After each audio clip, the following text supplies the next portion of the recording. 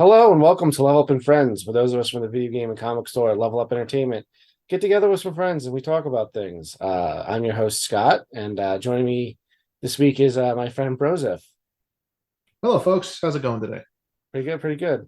Yeah. We're talking about Tears of the Kingdom. I know finally it's been out for a while, but in talking, trying to get someone to come on with me, I was waiting until people like felt comfortable enough in their progress because as we'll discover, even though you and I were playing it at the same time and put out in a similar amount of hours, we did vastly different like gameplay experiences, That's correct, which is Scott. Yeah. part of what's fun about it. And I think you and I have had some interesting conversations. I thought maybe it would be fun to play with, but so just to get people started, I have several podcasts already dedicated on like my opinions and history with the Legend of Zelda. But let's let the people at home get to know you a little bit. So, what's your history with the Zelda franchise? All right. Well, the history with the Zelda franchise was actually all the way back on the N64. So, unfortunately, I didn't have a Super Nintendo myself. But first and foremost, I just want to say thanks for allowing me on, Scott. I do appreciate it. And Of I do course. appreciate you valuing my opinions on a lot of this stuff, even if we do differ on a lot of it. But Yeah. at the same time, growing up with the N64 and following, Ocarina of Time, frankly, I was actually too scared to play Majora's Mask when I was a kid. It creeped me out. So the actual first one that I owned, funny enough, was Babby's first Zelda, Wind Waker.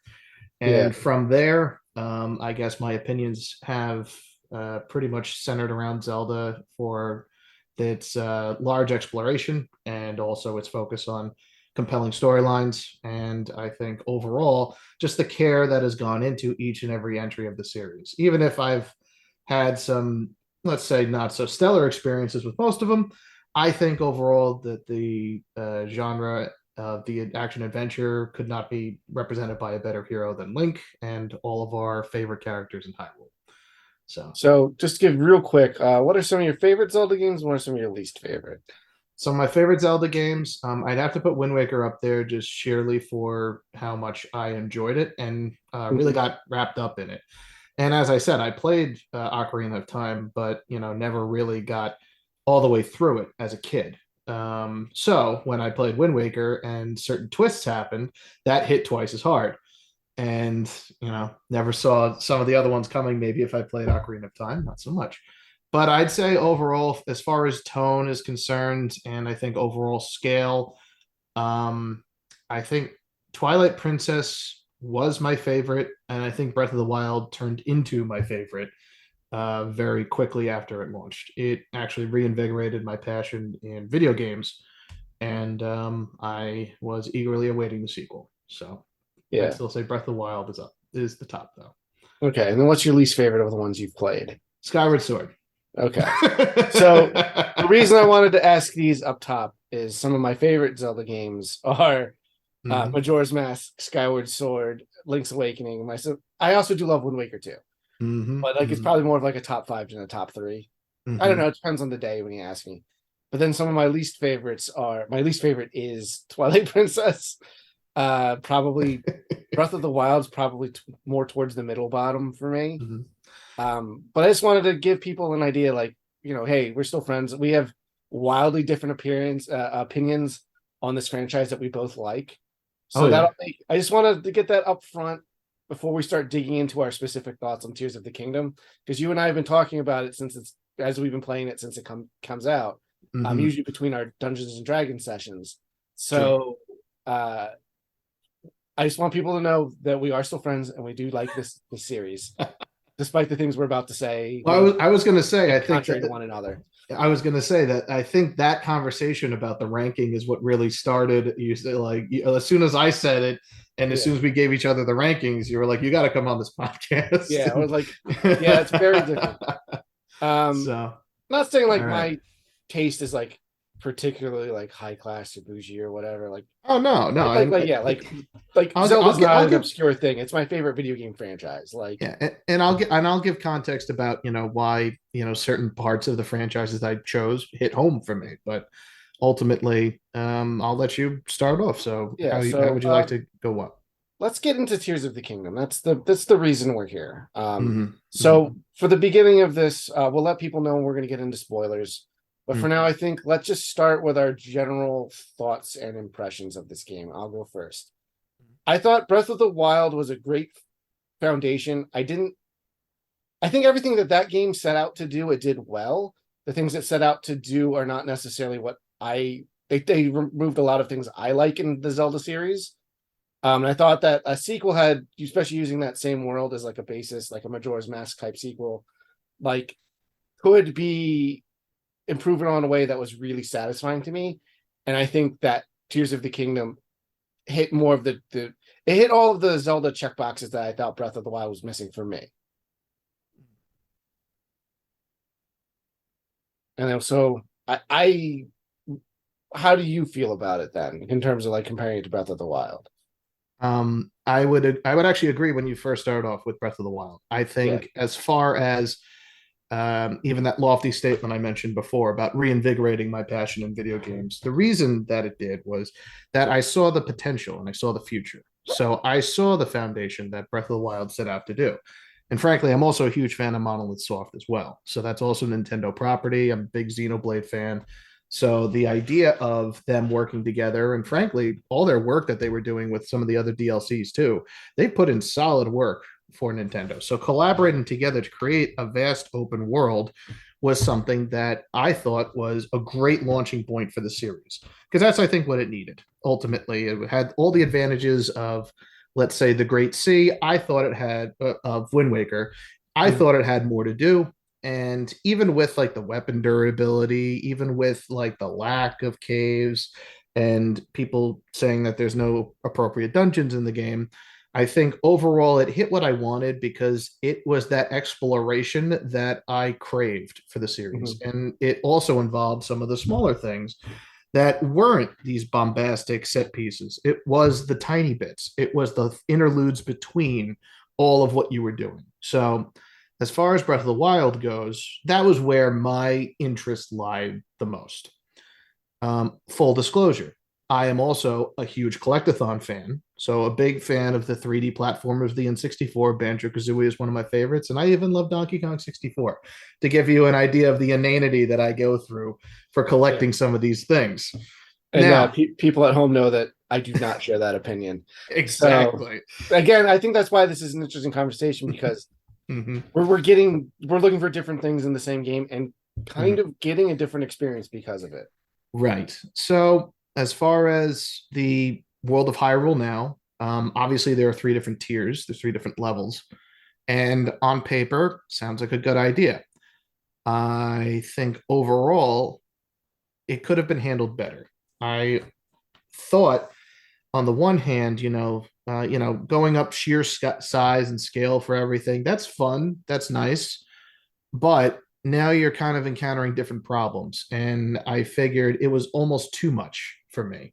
And like Mhm. I said, that collectathon brain's firing on all cylinders.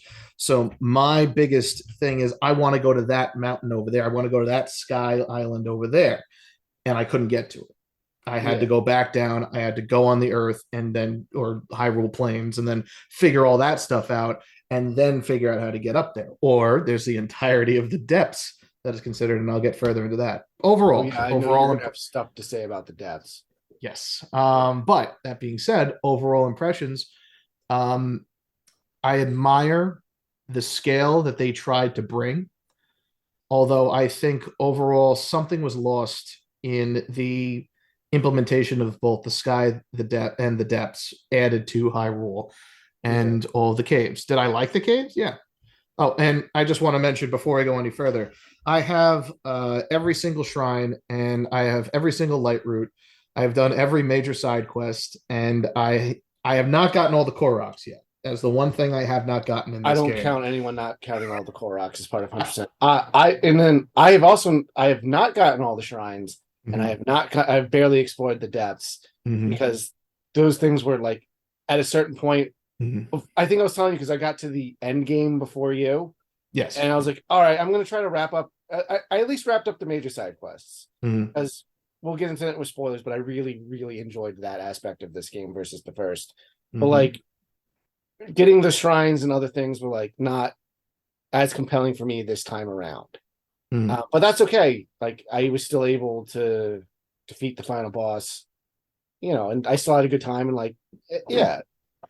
Yeah, you And got you had the experience you wanted. yeah, So and that not was doing that stuff didn't like change the story in any negative way. Which I know right. you have opinions on the story, but All I was bringing that up was it wasn't a yeah, flex. It was really just it was a means to show yeah, that I did try as much as possible to experience the full game as much as I did. And I'll admit, as the game went on, things got easier. Traversal became much less of a pain. And whether that was intentional or not is some of the question. But overall, my opinion did improve by the end. I will say that. So it yeah, started off a bit lower. It kind of like sky high expectations, partially my fault, lowered to pretty much bottom through the beginning. But as I progressed through it, it kind of leveled out towards the end. So that would yeah. be my overall impressions. I will say, like, I feel like the feeling of like growing in power in this game, I think, is at least as good as it is in Breath of the Wild, especially because they're Mm-hmm. not how you usually get you gain in power or whatever in Zelda games is like you'd have to get like the specific item, which could then open up like other paths and like techniques and stuff for you. Whereas like in this, because of the open-ended nature of it, like there kind of is something like that with this, but like that's not really. Um, but like I think then yeah, as you get more games, I will say this game's really item grindy, which is not super Love fun. that 1.0 love that 1.0 baby. I have not updated since. Yeah, I'm not happy I updated. Yeah. Well, Uh, there's other duplication clauses and I things know, but that like one was that. so easy. And I still do it. Yeah, but like Sorry. that's we can argue whether or not that's a flaw of the game or not. But I'm not holding it to yeah. them. In But fact, so made it better. overall, you like the game, you would recommend it.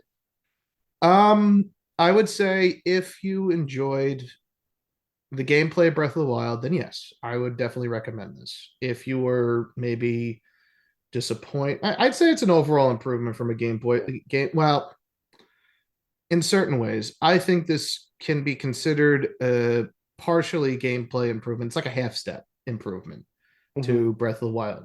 And I would recommend it because I would like to see, every Zelda fan I think should get this, no matter what.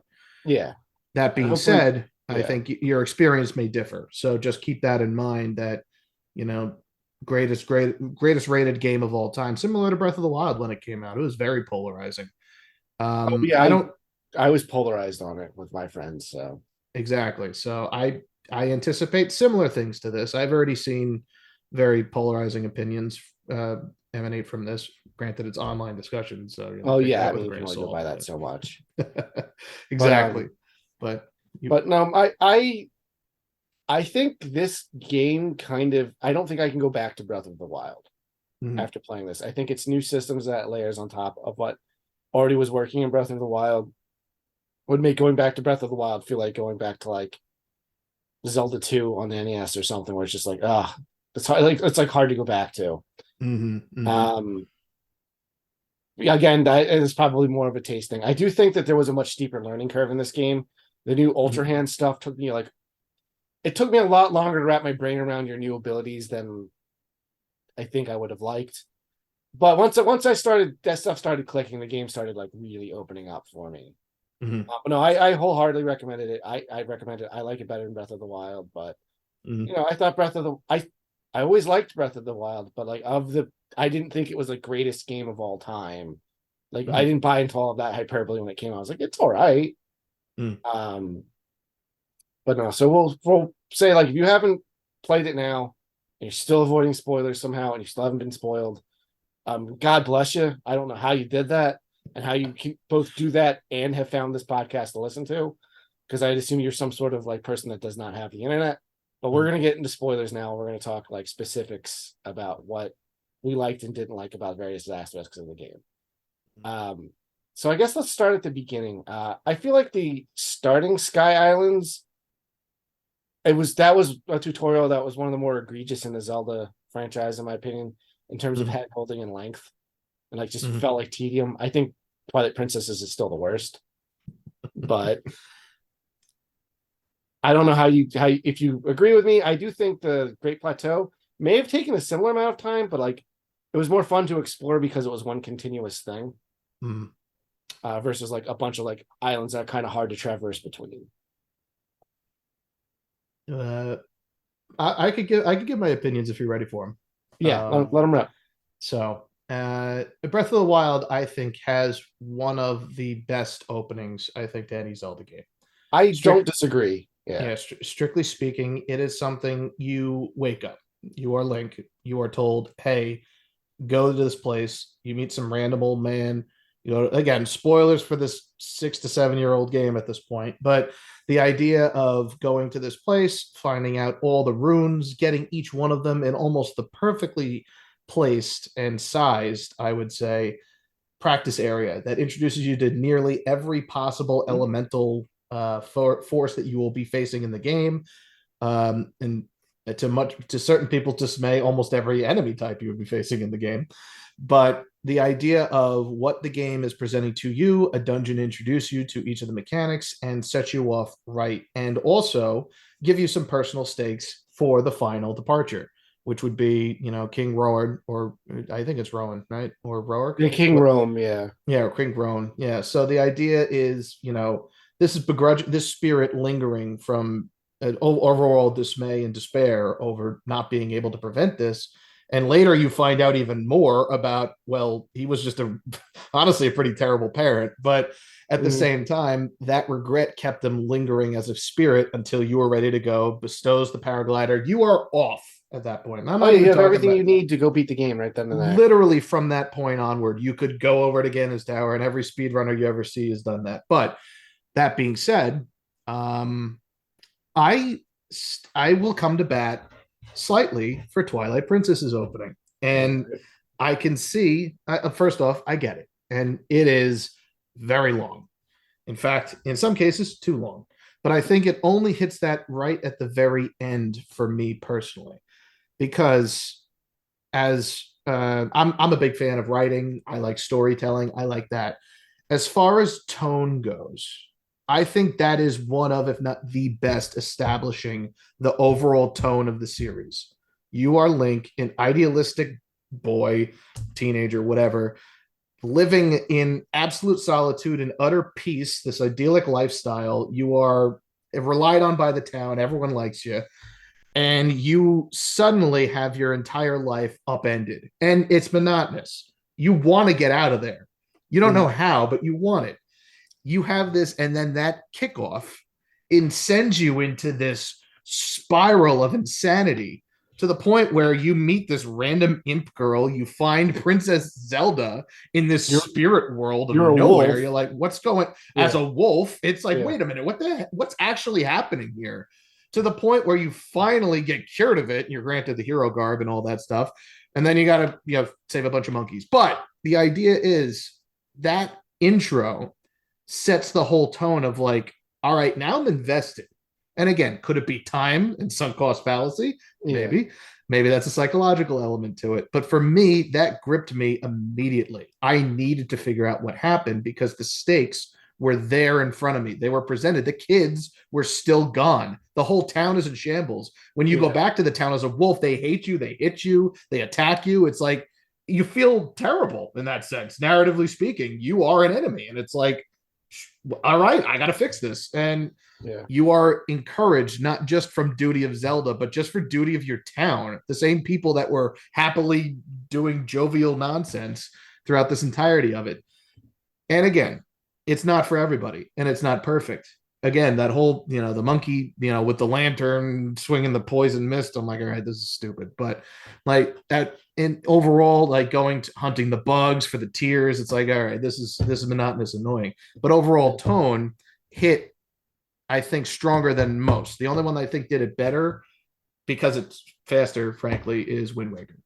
I think Wind Waker's is one of the better ones. I would say you need to play Majora's Mask. That one's opening thing sets the tone way better. I have played Majora's Mask for the 3DS, Yeah. so I have rectified that Yeah. situation, and I've gotten over my fear of a giant purple mask with big bulging yellow eyes. Yeah.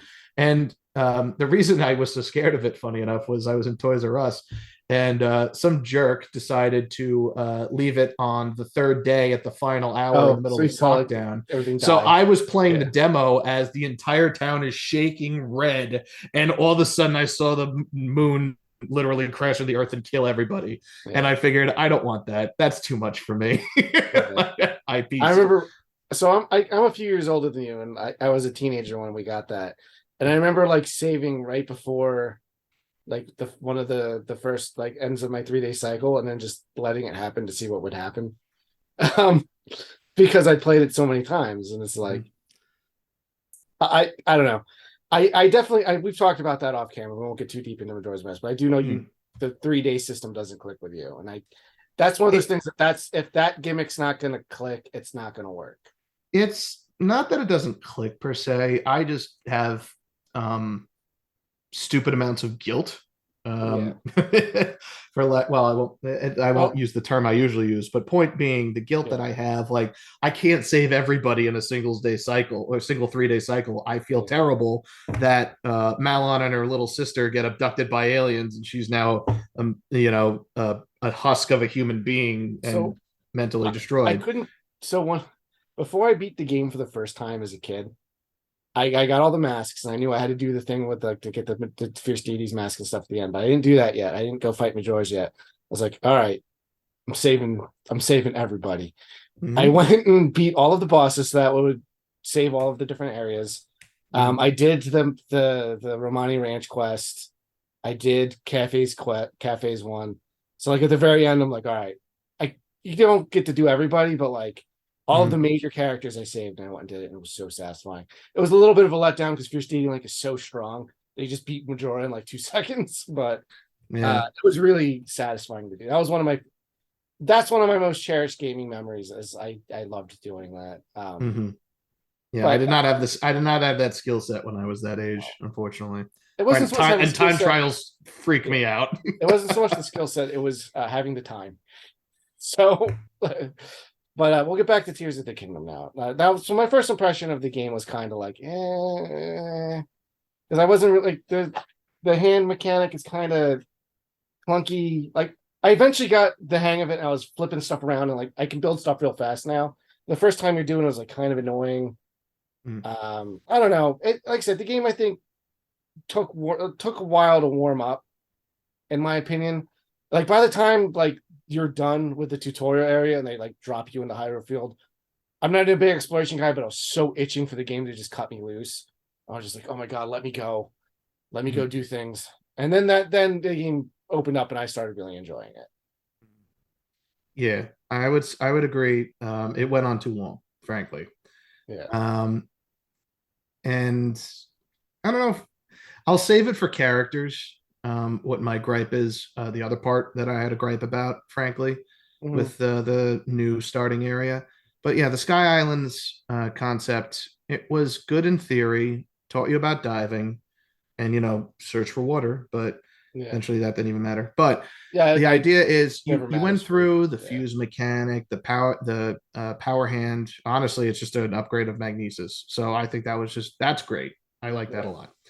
Um, the overall, let's say, we had time, fuse, and well, we eventually had Ascend. time. That was the fourth one. Yeah. So we had the ascend one. Ascend, it took a Well, while for me to find better uses for that, but eventually it turned out to be a lifesaver. So oh, my problem with happy. Ascend was just remembering that I could do it. Yeah, yeah, Because that's I that's had so part many of it too. experiences where I climbed like these mountains and stuff. And I was like, oh, I could have ascended here, I could have ascended there, like by the time I got there Hmm. times. Yeah, that was part of it. I think So overall the powers you were given, and then eventually time at the end in yeah. another Temple of Time. So I just think they're trying to imply interesting. that the same temple of time. Because it's No, not I'm no well, no. because on the Great Plateau, there's Oh the yeah, other yeah, Temple no, of Time. it isn't that part isn't over the Great Plateau, yeah. No, so I'm that's with why. you. Well, I Oh think it, that we'll get into that. yeah, The you and reason, I have different opinions on the importance of the Zelda timeline. yes. Well, So I wouldn't say importance. It's either appreciation or at least looking for answers. And I think the ones we were given in this were not. I didn't like them, well, and I'll get further to that. I'll get yeah, further let's to get those through later. our gameplay thoughts before we Hmm. get to all this stuff. Right. So do you like the Banjo and Kazooie of it all? The nuts and bolts? Oh, I should also mention, like I said, Banjo and Kazooie, one and Banjo Tooie, Yeah. my favorite games of all time. Banjo Nuts and Bolts is one of my least favorite games of all time Yeah. because I anticipated Banjo 3 based off the trailers, and then eventually we got nothing but cars, and I was very disappointed. I will say that that disappointment may be a complex at this point because initially when we were doing the fuse mechanic and even when I saw it in the trailer, I immediately had red flags. And overall, it grew on me, the fuse mechanic and the building mechanic, but really it was the unintentional builds that ended up saving my opinion of it. Because if again, talking about gameplay, one particular device single-handedly saved my exploration of the entire underground, and that is literally just one controller and two fans. And that turned out to be my own fun little personal air bike as I got to patrol what is essentially the depths of hell of Hyrule. And Yeah. it was a little fun, honestly, just Yeah. casually going around like that, donning the full wingsuit to get resisted fall damage or negating all fall damage. So letting my battery literally peter out over this giant pit and falling and not having any repercussions and just getting all the light roots. But I'd say again, the mechanics, power hand, straight upgrade from Magnesis. Mhm. I appreciate that a lot. Fuse, it eventually grew on me. I'm not really making TikToks about my insane builds, but Yeah. for overall, let's say, use, I think it was good. The Ascension ability, again, unintended lifesaver in certain areas, fine. And time rewind was a bit of a letdown for me. That was very situational, I think. And the Mhm. only time I really ended up using it were for either rock likes or going into the sky. Yeah. Just the rocks to So climb up. I, Yeah. yeah, there's other ways, and I've seen people use them more creatively, but I just never really found anything beyond situational. And overall, I miss some of the other ones. I miss Stasis from Breath of the Wild. I miss the bombs from Breath of the Wild. Those were some of the coolest ones. And I think overall, like I said, Magnesis was not necessarily as useful as Power Hand. Definitely isn't. But they also, was it me or did they not tell you how to unstick certain items? So were you playing with like the HUD turned off? Yeah, So yeah, they don't. It tells you in that. It's just a thing at the bottom. Because that's what I've heard is people that turn that off. Like it is the game doesn't tell you about that. they don't. No, it Yeah, doesn't. And but I, I I eventually shook it and it worked. And I'm like, that's how you do it. Like, yeah, I play with that stuff on because I'm not a real gamer. So I knew about that from the beginning. So I didn't think about that until some of my friends that play with that off because they play with that off in Breath of the Wild. mm-hmm. They're like, Oh, yeah, mystery solved. Good. yeah. So it made them less enthused, like less excited to like experiment with stuff. Because once you do, Yeah, you're screwed. Like if you did it wrong. that was definitely part of it in the very Um. beginning. So yeah. So you eventually liked exploring the depths and all of that stuff. Then right. I did not explore the depths very much for a long time because I had so much anxiety when I was down there. Mm-hmm. One, I'm claustrophobic, so like I know it's big, like it's not really an enclosed space, but like the idea of like being stuck underground and maybe like not being able to get back out like freaked me out. That and like one of the first times I was exploring, you're throwing the bright blooms around, and I accidentally summoned like a giant frog, like overworld boss, Mm-hmm. and was scared the hell out of me, and I ran away, and I was like, all right, I'm not ready to be down here, and then I kind of never was. Mm-hmm. Even when I had like 40 hearts and stuff, so it's like, I think that.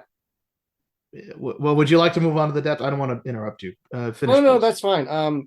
My only big thing with gameplay and stuff, and this is probably champagne problems, is you're fundamentally doing the same stuff in this game that you did in Breath of the Wild. Mm-hmm. Like, yeah, they're replacing memories with the geoglyphs, but they're basically the same thing. You got Korok seeds again, you got shrines again. Like you're kind of doing the same, you're kind of interacting with the world in the same way. Mm-hmm. And it's like I found that to be like not necessarily bad. I found it to be a little disappointing that like there wasn't like kind of like there is new elements within those like the moving from one Korok to another. Although I found that really annoying, so I never really did it. I will say I do think the shrines are a lot better designed, like in terms of puzzles in this game. They feel more like they're taking from the, in my opinion, like the better ones at least, feel more like they're taking from the Mario level design school of thought, where like they'll give you like a simple puzzle in like kind of a safe room, and then Mhm. they'll like iterate on it like 2 or 3 times harder in that same shrine. So they felt more, they scratched more of my Zelda puzzle like dungeon itch than they did in the first game. It's also they, especially in the first game, like a third of them were just like fight a guardian. And at Mhm. a certain point, like I fought like 40 of them like on my way to this shrine. So it's like not as exciting. Mhm. Um, but that's one of my disappointments with like kind of the gameplay element of it. But overall, like I don't mind the weapon durability thing. I never did in the first one. It is a lot harder in this one because you won't just find good weapons. Like you have to kind of make your own. And like Mhm. once you get over that, like then yeah, you can make some really interesting stuff. And I think that the weapon durability element of that like allows you like the freedom to be really creative and experimental. It's like, oh, I put like a mushroom on the end of this and it bounces this guy around, but like, oh, that broke. Like, let me try putting something else on this. Oh my god, I put fire effects on it, stuff like that. And then you Mhm. can be like an idiot like me and try to put a bomb flower on an arrow while you're inside a volcano and then blow yourself up and lose to the boss that way Mhm. because you forgot that you're wearing anti-fire armor. Um, Mhm. so, but like that's part of the fun of it, and like putting Zonai like contraptions on like your shield, and like, oh, I don't have to put a rocket on this. Like, oh my god, and you like made a jetpack and you Mhm. fly away. Like that, it's more fun to experiment in this game, which is Mhm. why I think it's hard. Like I could probably do another playthrough of this and like do completely different things and have a very different experience. Mhm. I Um, think I think once you get to Tarrytown, it's a lot better to experiment, just because you can break apart things that are just duds or something yeah, you want to preserve and one for of my better things. favorite elements of this, and this will be a segue into like story and characters and stuff, is because it's the same world. It's like, oh, I want to go like to this place and like see what maybe if these people are still there, what they're up to, and like, oh, I need an idea where like the Master Sword's going to be. I haven't been to the Korok Forest yet. Oh, of course, I bet the Great Deku Tree knows where it is, and of course he can give you a quest to like go find it when you get to him. I was like, Mhm. I felt like smart for figuring that out, and then like an idiot for not like being like, oh yeah, of course that's what that would be. Um, like one of the things underground that was really fun to discover was like, oh, I was like, oh, there's a person exploring here. Let me go talk to them. I was like, and all of a sudden they were in the Yiga clan. I was like, oh shit, I didn't think they were going to be in the game this time around. And then eventually I found the area where you run into Master Koga, and Mhm. he's like, I'm back and I'm going to kill you. And I was like, oh yeah, I knocked him into the ground. I was like, that makes sense that he'd be down here. I was like, oh, that's, and then that started like a mini boss gauntlet side quest, which was pretty fun. Like I was like, oh, I enjoy this. Um, like I do think the main story is maybe a little basic. However, it's the same thing with the first game. The first game, Breath of the Wild, there is no plot. Like it already happened. You just have to go beat Ganon. But like it's the characters and the small stuff that like fill it out and like make it interesting and make you care. Like when I went back to Terrytown and I saw that like the Hudson and his wife, like you marry them over the course of building this town in the first game. Oh, they have a little daughter now. Like it's like little stuff like that. I'm like, oh, I really like, oh, that's really cute. I really like by the time I was done some of those things, it's like it made me want to save Hyrule, not just because that's what like you do, but it's like I want this world to continue to exist. I like these characters. Mhm. I don't know if you feel likewise by the end of the game. Um, Why yeah, don't you take us on a roller coaster here? on a roller coaster. Well, I'll start off just by on the contrary. I Yeah, actually, even when you said that when we were talking, yeah, um, I did enjoy the side characters. I enjoyed the emphasis on characters. yeah. See, in the first world, or in the first game, Breath of the Wild, the idea was again, exploration was king. I think Mm, ultimately curiosity got the best of me. There was one, you would traverse the world, but ultimately you could jump off small hills, but the paraglider didn't take you very far. You couldn't really see too far ahead. You had to get a horse, you had to go to stables in the only place that you could get respite, really. yeah. And explore. And that was like the first game where I got to a top of a mountain or a hill, and I said, well, what's over that hill? And then Mhm. what's over that hill? And then what's over that hill? For like 4 hours until I'm on the northeast side of Akala staring at this giant labyrinth in the middle of nowhere. Yeah, And I'm like, what the hell is that? Like, yeah. so that was my Breath of the Wild experience in a nutshell. And then as I'm going around, I'm looking around trying to get a better vantage point, saying, all right, well, what's that over there? Is that a dragon? Like, Yeah. and Oh, I the see first time I saw one of the dragons this was like for the giant green dragon flying yeah. through the sky, and I was like, holy! And I was amazed Oh, that when I was the first saw time I that. saw one of those. I got so excited. I was like, "Oh my god, what is that?" I was like, what is that? I'm like, is it a Yeah, boss? And then I ran yeah. over to it, and then I got shocked out of the sky. I But was the so idea far away from it that I was like, "I'm not getting over to that." I tried my best, and Yeah, I actually was able to intercept it, but I got electrocuted and fell off because you yeah, couldn't stand on in that game. yeah. Anyway, the idea that I guess was king in that was exploration, and the ideas that I saw in this one kind of hit, or it kind of hurt looking back. Like when I actually went back, and there was the town with Pura and what is it called? I forget. Scouting. Kakariko. The scouting tower, whatever it Oh, was. Lookout Landing. Lookout Landing. That's it. So Lookout Landing is turning into a place, and it's like, okay, that's interesting. And there's still ruins in a lot of different places. So it's like, okay, well, not everything was able to be salvaged. I get that. I But think then, it's like in only one of been my like 5 years. I'm going by what's her like the little girl's age. roughly 5 or 6, Yeah, apparently, something yeah. like So that. So something like that. that's not a And crazy amount of time. oh no, it's not a crazy amount of time. I think one of the things that really hurt though, because again, talking about first experiences with Breath of the Wild, you Yeah. get to Hateno Village, you go on the top of that really long hill, and you just see a random island in the southeast. And you're like, well, what is there? And I'm like, let me try and get there.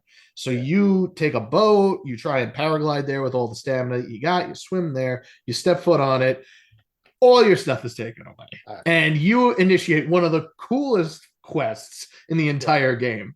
You have no One of my weapons, you favorites. have no Yeah. nothing. You are just like, all right, have fun. It's like, wait, what? So, and it's nothing but your wits and what you had, or essentially what you can find to actually get you through it. This game, again, without jumping into this game, maybe I'll just finish my thoughts on the Breath of the Wild. There was another area that was to the north of Kakariko Village, which was these stone Zonai ruins that were encased in darkness perpetually. No matter what Mhm. time it is, you go inside, it literally is a dark forest that cannot be penetrated by anything Yeah. ever, and has not seen the light for nobody knows. Just Mhm. perpetual darkness. That's awesome. Like automatically, the only way to get through it is with a torch. You don't have anything else. And it's Yeah. like, that's pretty cool. Like automatically, that sort of mystical world building. You go to the Twin Peaks stables, you see a mountain, it's cleaved in half. And it's Yeah. like, oh yeah, that was from a great war in the past. It's like, what caused that? You're I like, think it's you see the implied that like the holes divine bored through beast some of must the have done it mountains. or something at some point in the past.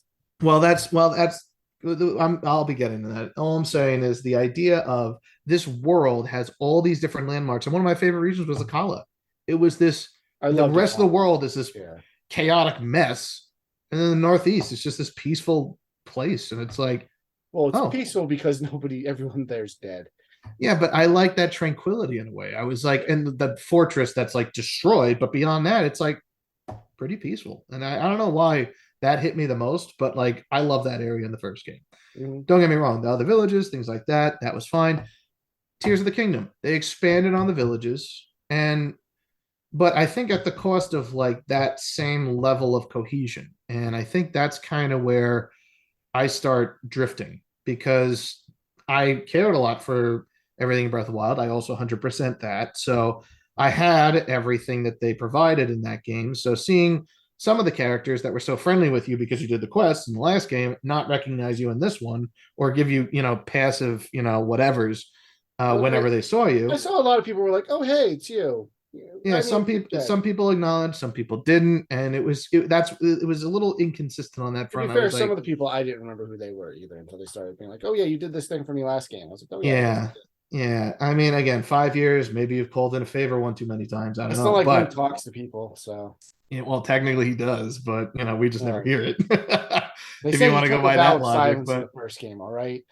I know. It's just funny. I Yeah. like even in one of the quests in this one where it's like you have the I don't know if this is a mild spoiler, but in Hatena Village with like CC the designer, and she's running for mayor, and her sister's trying to figure out what she's doing, and then she's like, "Now remember, we have to be quiet." Understood. One of the options is "Yep," like in capitals and an Yeah. exclamation point. So Link's a bastard in certain cases, and it's great. Yeah. But I mean, but there's some like I do think the side quests in this game are a lot more interesting. it depends. I I mean, mean, I think that one was more fun. Like I well, because loved all you this. had to Yeah. establish Tarrytown in the Yeah. first one, so Yeah. it's like That's that what was like, that's why that's one of the most standout ones in that game. mhm, Which yeah, I love that in the first game too. But like mhm, I also equally love like now that Terrytown's like his bustling thing, like, oh, my daughter has to leave, but like we're so busy, like they have to you have mhm. to find time for them to like spend time together, doing this really like cool hot air balloon thing. I'm like, at the end of that, I was like, oh man, my cold dead heart is beating again. Like Yeah, it tugged on my heartstrings. That was a good one. I loved the because as you beat the game, like you see people from like Lorellan Village, which was like this tropical fishing town in the southeast of the first game. They're like, oh yeah, pirates took over and like kind of drove us all out. Eventually, I made my way down there. I killed everybody there. I was like, okay, that's over. And then like you have to help them rebuild the town. And I Mhm. was like, oh, that's kind of fun. Like I don't know, there was a lot of stuff like that. I was like, I really like. I felt like I was making an impact on like the world around me. Like Yeah, it was changing, not just like I got to build my house so I could hang up my cool swords and stuff. yeah, Granted, the house building mechanic in this has got pros and cons, but mhm, ultimately I feel like whatever about it. But yeah. um, I guess yeah. it's a That cool so concept. yeah. Sorry, I did get a little distracted with the last bit, strictly because it just feels almost like an imitation.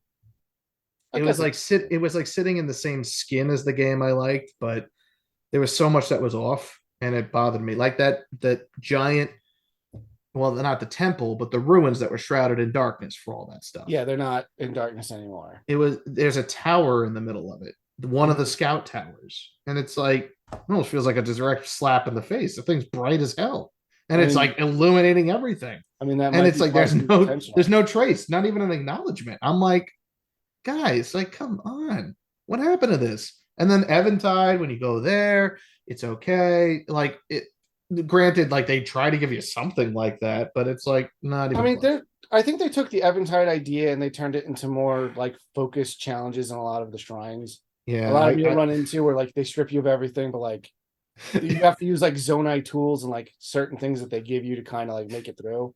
yeah, And the like first, that scratched that itch. And like Eventide being a pirate like fortress is kind of awesome. yeah. Like I don't Well, know, the I same. enjoyed it still. Well, the same thing you're describing with the combat Yeah. shrines, every time I saw one of those trialed shrines, I was rolling my eyes. That the novelty wore off quick But to me, but they were because more than just here's here's a guardian and then just fight it. well, yeah, because then it also gave you great weapons though. So that Yeah. was like the heart of the guardian, the better your weapons, and you kind of needed them. That was my viewpoint of Yeah. it. I was like, oh, thank God, I Well, can they do the kill this same thing thing and with get better this, but weapons. it's items you have to fuse to your weapon. Like you can't. They don't Mhm. just give you good weapons. No, Arguably, the Master Sword, but yeah, like and it's even that's underperformed by the yeah, and end of it. that's But but that scales with your heart level. So like you still have to.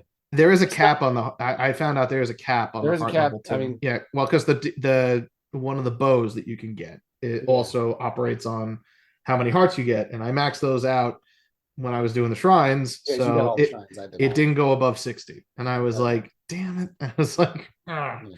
But anyway, I But you think can fuse stuff to the Master Sword and like make it yeah, stronger. yeah, you can make it stronger using depending on what you wanted, and as far as that, I was expecting some sort of upgrade to not necessarily the combat, but maybe a way to retain the weapons that you did want, like the special ones, like repair the certain things. You could do that with the light scale trident in Breath of the Wild, but they Yeah. never really expanded upon that in this one. I thought that would be a natural progression. Like, okay, it might be out of your way, but you could do it. And then Yeah. they also have their rock rocks that can take them in immediately and repair them for you. So Yeah. that mechanic exists in the game, but you have to find a random enemy in Elden of all things and try to get it that way, and it gives you an upgrade. I would Yeah. have thought you would have been able to do that easy. as far as making that a gameplay implementation. The Yeah. further you get, maybe the more resources it costs, but you put that into weapon upgrades, and you can also enhance either durability or even repair some of the ones you invested a lot of time and effort in. I don't know. That's where I saw this game. That's where I thought this game could have gone, Yeah. and it didn't go in that To direction. be fair, they never claimed that it was. No, I just thought like when you have a direct sequel based off of a mechanic, and like you And the said, the fact that it took foundation. so long. Yeah, six Because years. usually you would do something like this, like because you can then because part of the reason Breath of the Use the Wild took so long assets. to come out is you had to build all that from scratch. And since you Yeah. don't in this, in theory, you wouldn't have. Granted, I'm sure the pandemic delayed a lot of stuff, The but pandemic and also the new tools that they added. Again, the fuse yeah, stuff is crazy for a game, yeah, especially at this caliber. Like yeah. that fuse mechanic changed, like probably cost them how do we fix how do we make this happen? Well, all right. And like on a programming way, it's like it's crazy how it works. Or Well, at one least of to the me. things I I'm a wanted novice. to touch on, and it's kind of ties in characters, but it's also gameplay relevant. Like, how do you feel like the replacements for the Divine Beast, like the new temples, work? How did they work for you versus Divine Beasts? I know I did talk about this with you a little bit ahead of Yeah. time. And as they are by themselves, I thought the Wind Temple was better. I don't feel like I ever did the Earth one correctly. Mhm.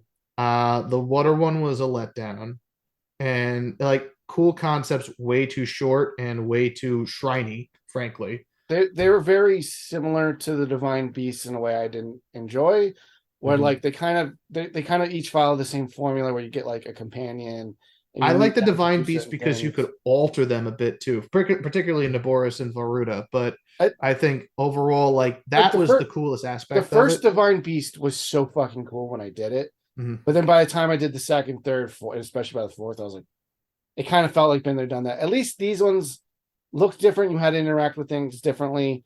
I mean, Mhm. obviously some are better than others. I would love if they were more like longer and complex. The first time I did it because I didn't know there was like they were like the temples. I was Mhm. like, oh my god, an actual Zelda dungeon. Like Mhm. that's one of the major things I was missing in the first game.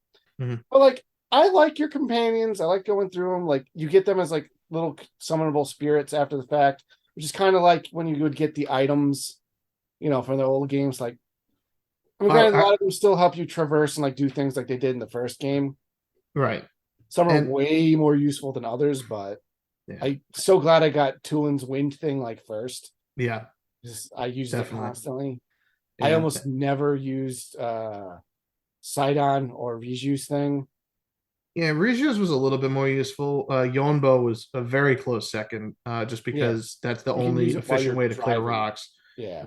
And even that was kind of a letdown. I would say overall, I remember you saying this, or I think we talked about this Yeah. particularly as far as what's considered the dungeon itself, and Yeah. each one had a lead up, right? Each Yeah. one had anything like that, and in my opinion, Breath of the Wild had a very similar layout like that too. Each Yeah. dungeon or divine beast was followed by this other little side quest or something to lead to it. Yeah. I You had think to the team up with like whatever the person from that race was. You had to right like then solve some sort of subdue it and then abort it. right. I And then you think get well, 5 terminals and then you fight like a Ganon. yeah, The I bosses are think way better in this game.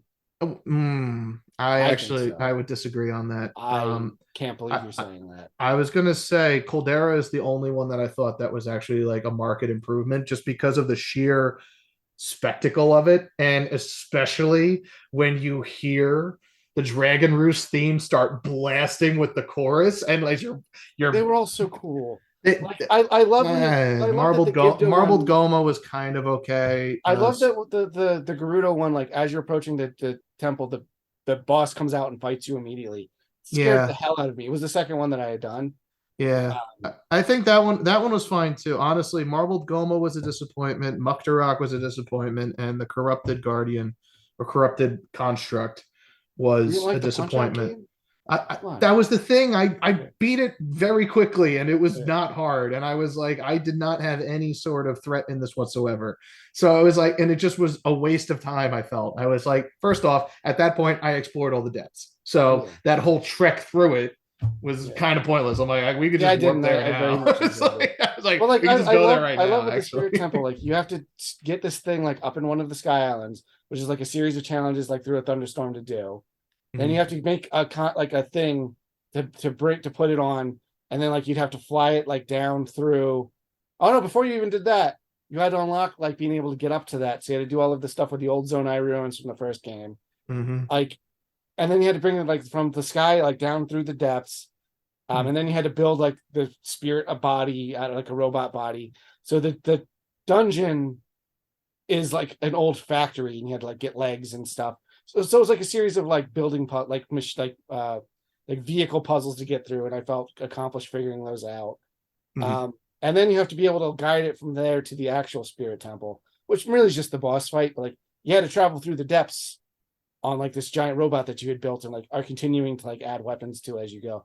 I don't know. I all of the story elements more or less worked for me until there was like a reveal halfway through it if you've been doing everything that I think was supposed to feel bittersweet, but I think I told you just felt bitter.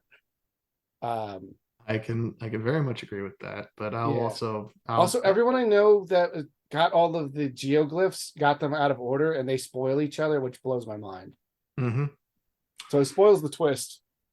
Yeah, I was gonna say, Yeah.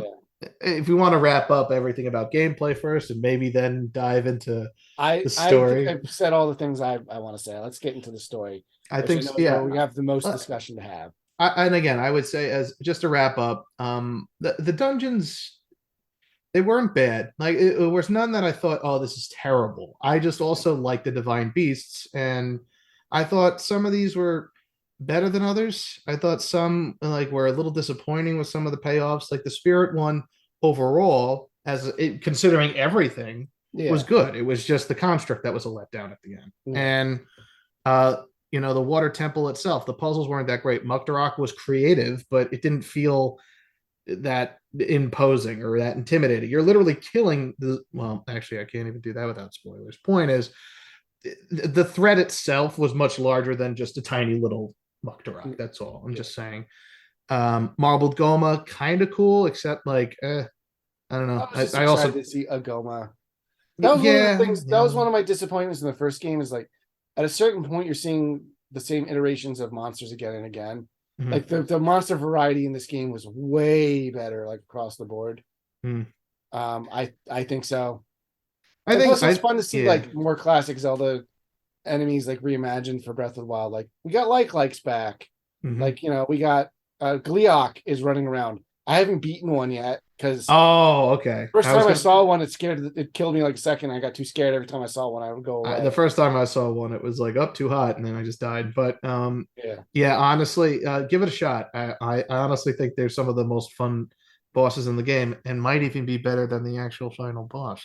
But anyway, Yeah, I we'll talk think, about the final boss when we're done talking about the story. yeah. So I think I'll wrap up saying I had fun, and again, obviously, I completed the whole thing. Again, as I played more, I appreciated the gameplay a bit more. And the world itself, I chose to focus, especially after talking to you, I started focusing more on the characters themselves. And there are things to salvage, there were things that were good, but I'll get into why that turned into a problem when we talk about the story. Well, And let's get maybe to I'll, this. I was going to say, maybe Yeah. I'll even start off with that if you don't mind. Yeah, go for it, Um, man. I did not feel invested at all with anything that happened in that past after a certain point. Everything that was happening that I cared about was in the present.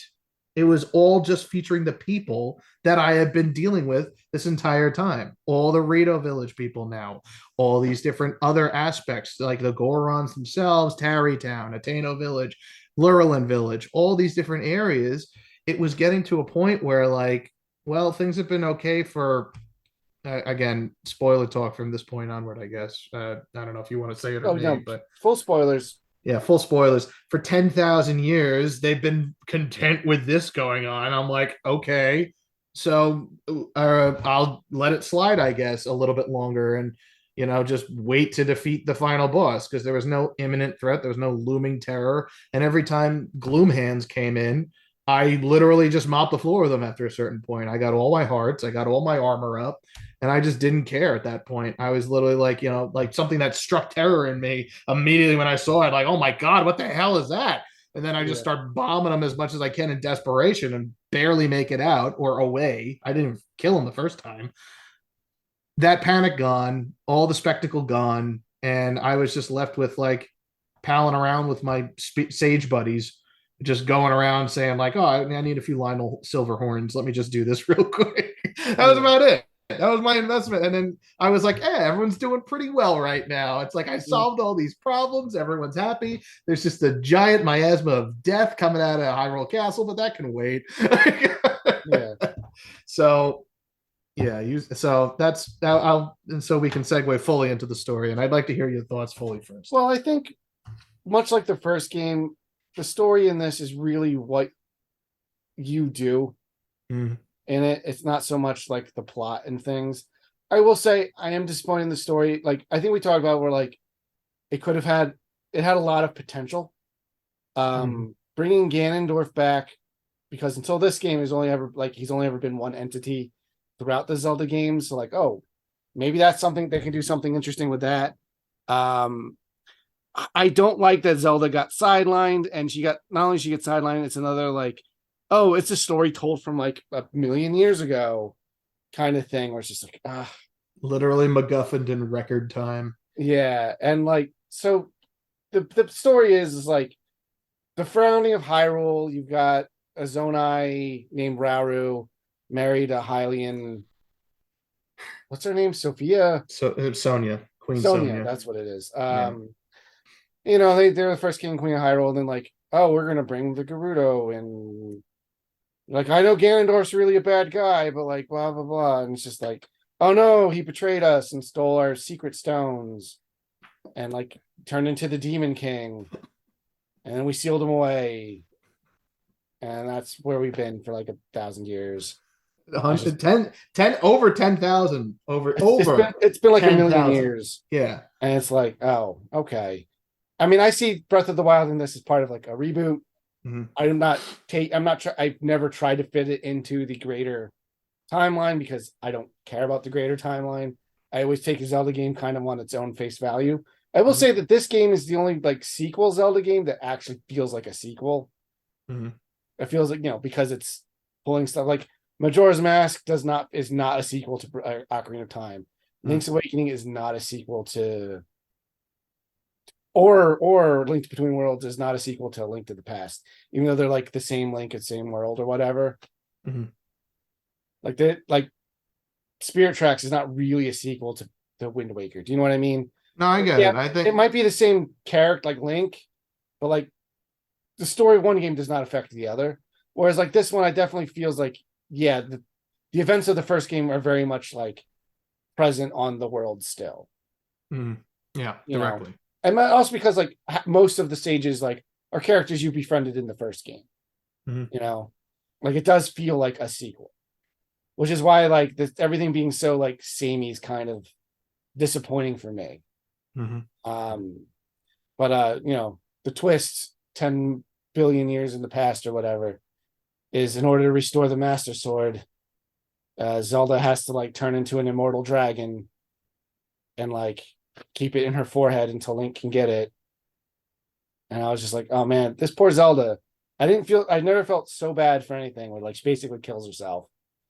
And it's just like she never catches a break in this world. And it's so depressing. And I think that would have been really fun. Like, even if she's not playable, whatever. But like, I think it would have been fun if like Zelda was either a companion like you had most of the game, like even for parts of it, or like she was off doing her own things in the main world as well. And I feel like the two of them are like teaming up. Because they still could have done the geoglyphs thing, and it could have been like the history of Ganondorf and like the other relevant elements of the story. It didn't have to be Zelda in the past as the Sage of Time. Do you know what I mean? Mhm. I don't know. To be fair, I'm also not going into. I don't go into video games in general, especially not Nintendo games, for really deep, interesting stories. But like to me, was the game really shines in the side stories and the things you do with the characters in the current timeline. Like that's what made it work for me. Like that the I'm not gonna say some of the corny elements and like other things didn't like work. Like I felt emotions at the end when you're supposed to. I felt like, oh my god, Phantom Ganon! Like I was like so excited when that became like that first time you fight Ganon. I don't know. I it was simple and probably not great on paper. It worked for me in my experience. I felt it this because I'm not an exploration guy. I'm like I like to have goals and execute on them. So I like, all right, I'm going from A to B and from B to C. So like I liked having like the story was more compelling for to get me to do things rather than just there's divine beasts and maybe you have to get them. Like when I heard that like, oh, all of these terrible things were happening to like the people and places I care about from the first game. That was more compelling to me than like I need to go awaken a sage there. Do you know what I mean? Yeah. But, Yeah. so I from in the moment to moment it worked for me, but when you sit down and like look at the story, it's not great. Whereas I know in moment to moment it seemed like it bothered you more than it did me when we were talking about it. Yeah.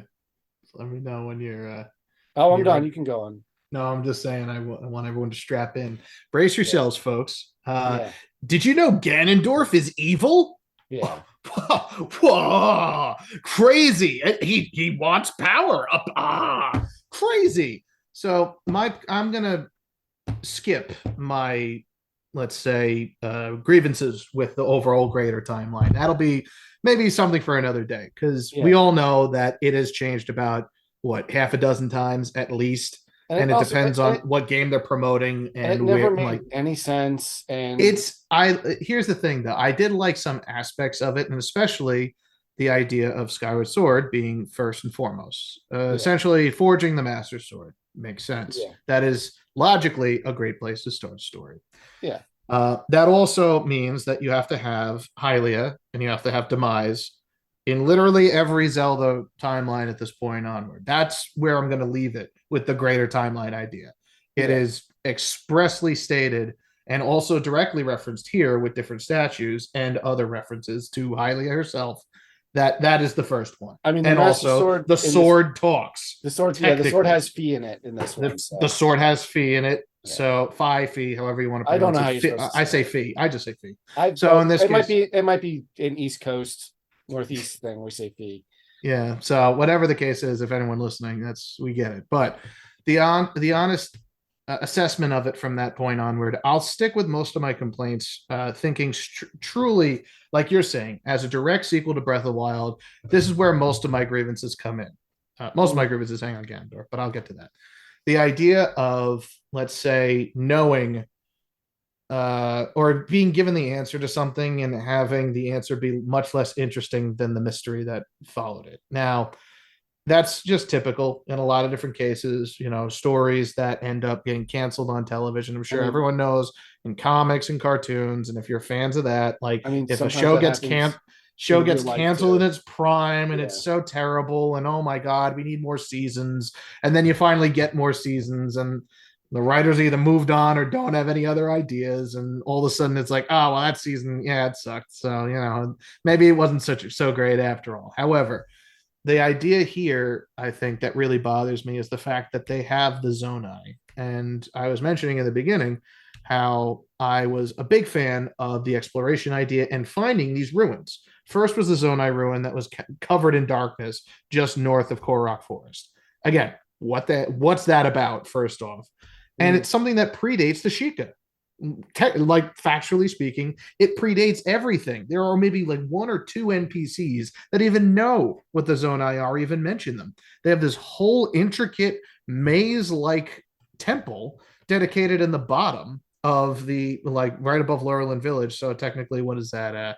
And not Eldon. I forget the name. Whatever it is the bottom half The next to the Great jungle. Plateau with all the rain and thunderstorms. Everyone knows it. But point being that you have these great and powerful ruins that are going through this place, and you're analyzing a lot of these structures and you're looking through them and you're seeing parallels between not only the actual world that is existent now with its remnants, but you're also seeing statues of boars, you're seeing statues of uh Owls. dragons, and you're seeing statues of owls.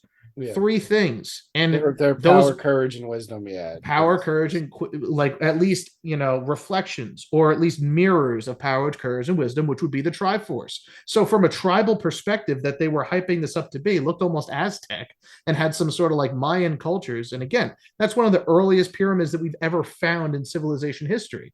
So that is one of the aspects that was leading to this mystery. They You were in know these what? tropical areas. They were going. Sorry, what do you want to? So on that thought, I just thought of this just now. In both games, there is no like mention of the Triforce or anything.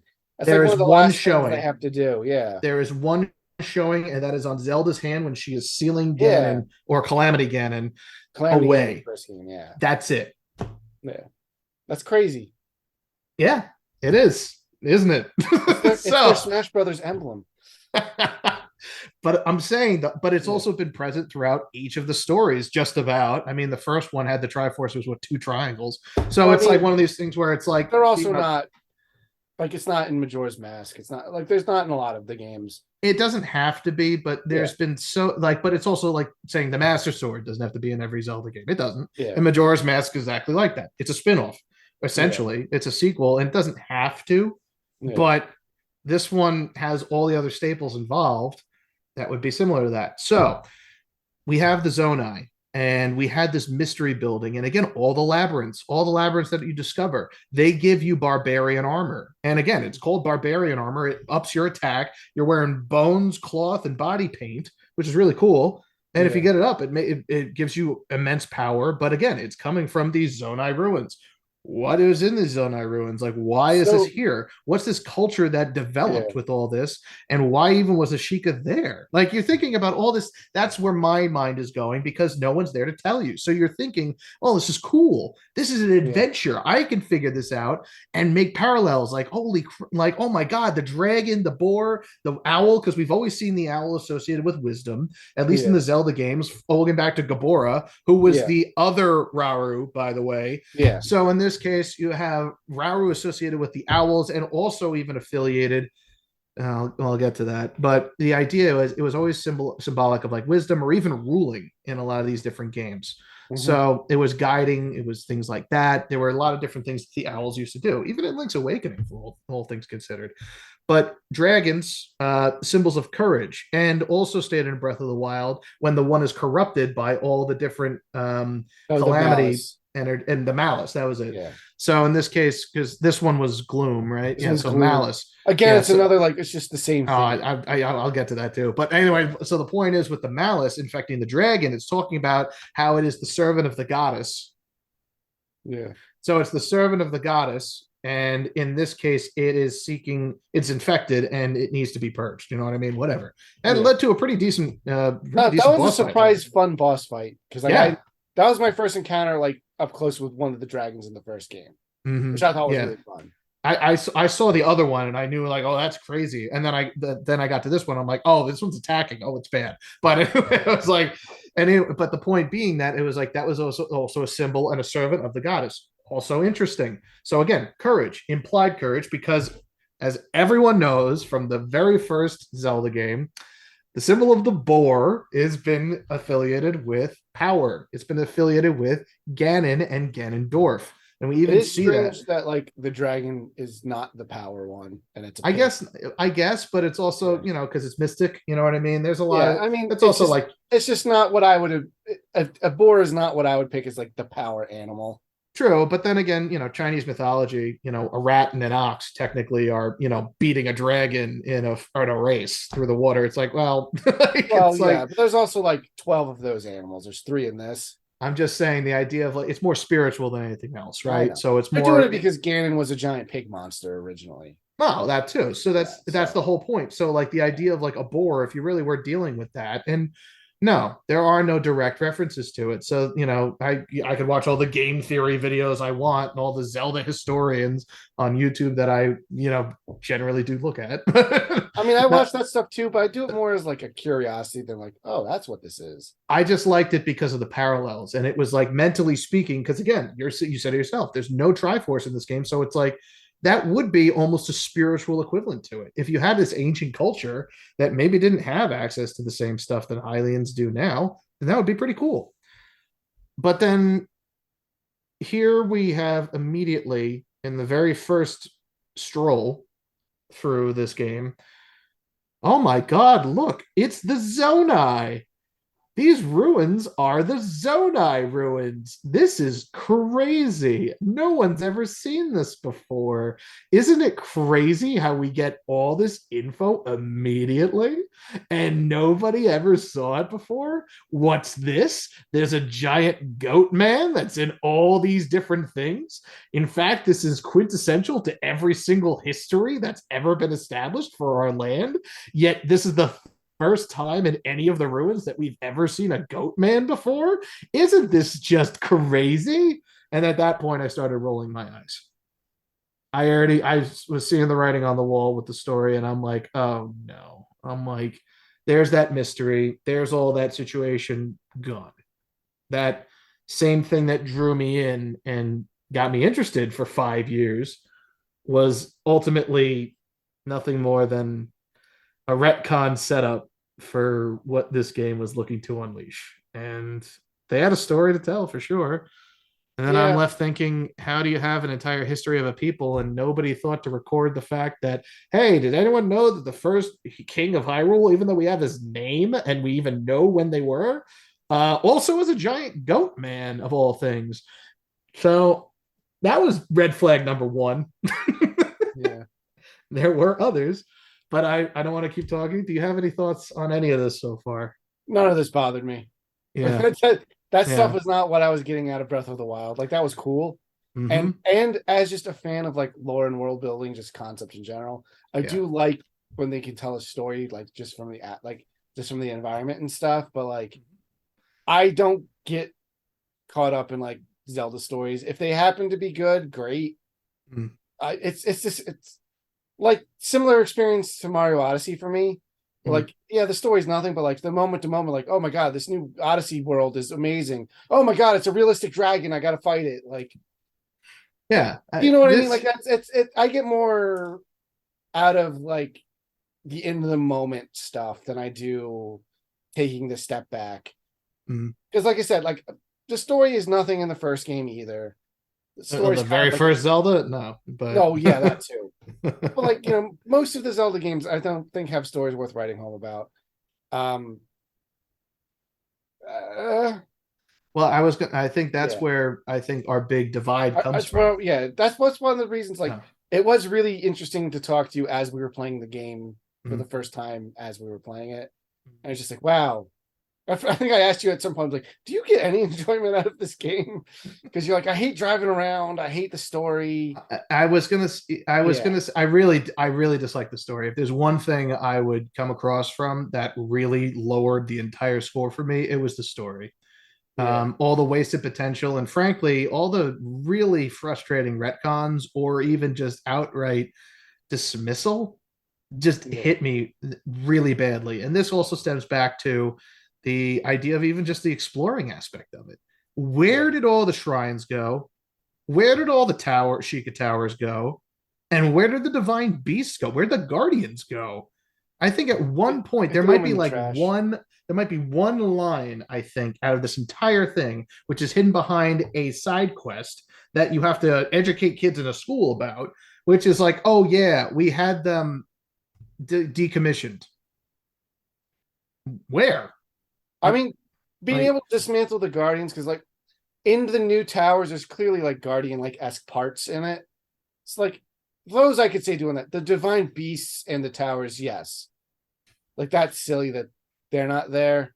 and I think, yeah, and And I that's the think that would thing. might I would think that would be cool if like the towers maybe depowered or something because they served their purpose Mhm. or whatever. Like, but they could still be there and like, hey, maybe it's like maybe a bunch of moblins like that's like a weird fortress they have now, and they have like a thing on the top you can go get, or like one's That'd knocked over and like crush this area. There could have been cool things they could have done with that. It's one of those things where like because we're reusing this world, like I don't think there's a good reason that like yeah, shrines like there's I don't think are there was a gone. good, I think they had to choose between a narrative or gameplay, and I think they chose gameplay where it's just like, hey, we just want new shrines and new things to explore. Like the other ones are just not there. I think just in general. That's just what's going to come down to. And unfortunately, with Nintendo games, if it's going to come between story and gameplay, they always go gameplay, especially in anything Miyamoto has his fingers on. You're not Which wrong. You're not wrong. I do. I have extreme frustration issues with, depending on the games. In your regular Mario game, like whatever, but like Paper Mario, that's a big deal. That the stories and characters suck now because Yeah, like that's why I they're don't an play them. RPG, like you kind of are there for those things. Hmm. Versus like a Mario, a regular mainstream Mario game, you're there for just to play the levels and have fun with your friends. Yeah, no, it's fun. But like a But Zelda game should have an element of like that should be more of a balance. especially a direct sequel. That's the thing that Yeah. gets me. Because again, I'm leaving the greater timeline, most of it aside, besides Skyward Sword, just because there's specific reference to it in this. Yeah, That and being like said, Ganondorf's rise to power in this like precludes like Ocarina of Time and anything that happened after that from happening. Because it's the same origin. Do you know what I mean? Like, yeah, yeah, I know what you mean. so don't be shocked. There's So, probably another timeline.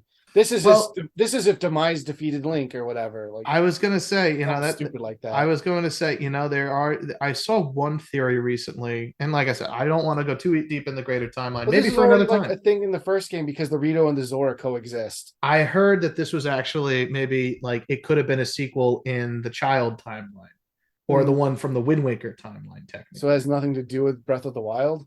So no, technically Breath of the Wild was in that timeline all Okay. along. Frankly, I like the convergent timeline idea where all three fell in onto each other and turned back into one solid one. But again, this could be an entire topic in and of itself. Yeah. So I'll avoid it. All I'm saying is with the direct sequel, we have the Zonai, we're given the answer to it, and we're also given Rauru as the king of Hyrule, who is a Zonai who technically the Zonai aren't the people that built the actual like ruins or anything, or if they did, then what were they doing? Well, you know But the idea is what's the like, connection to Skyward Sword? I'm thinking about now because the Zonai are said to be from the sky and like are treated as like gods or whatever. But we know Hylians are literally from the sky from Skyward Sword.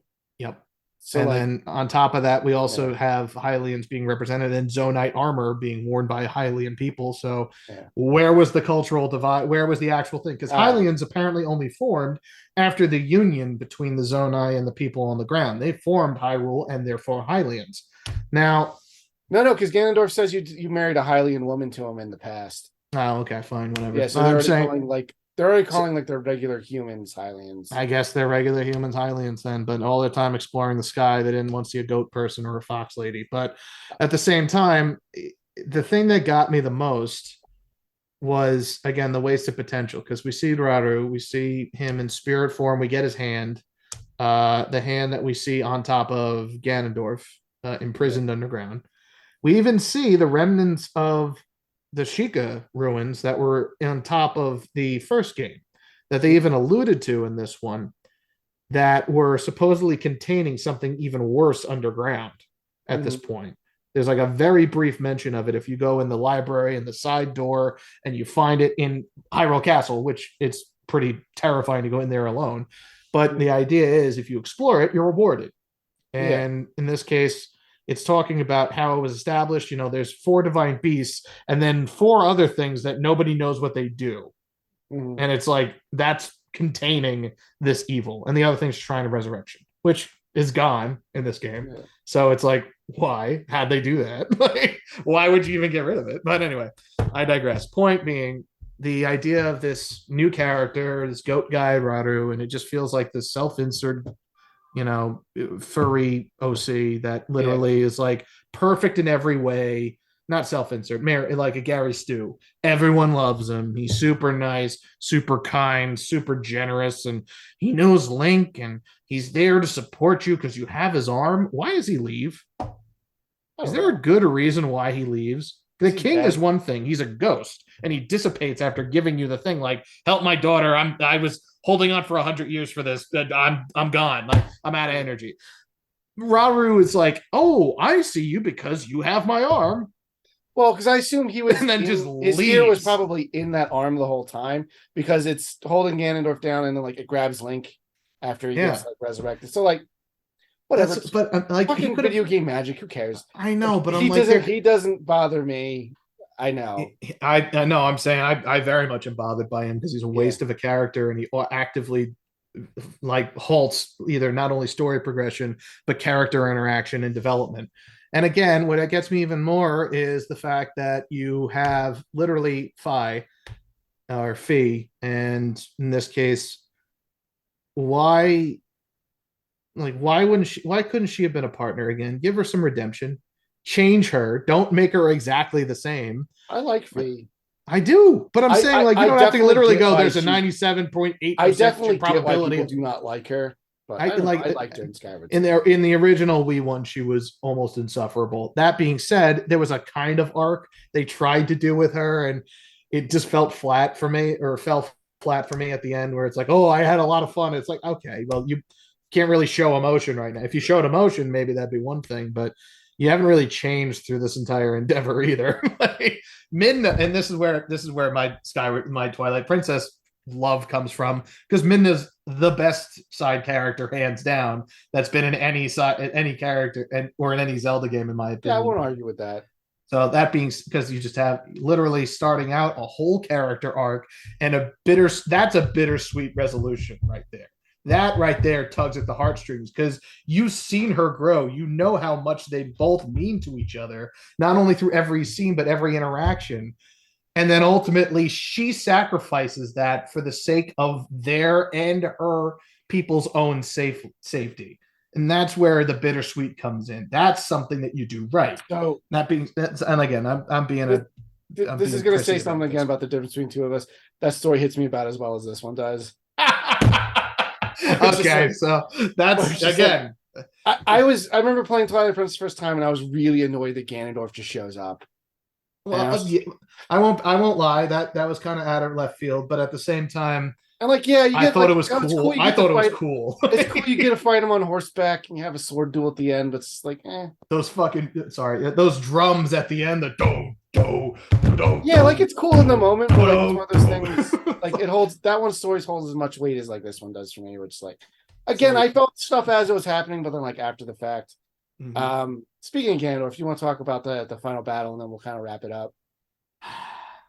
Well, I guess let's wrap up a little bit. I just Yeah, want to wrap up one bit with the Zonai real quick. yeah, There's Zonai and there's Zonite.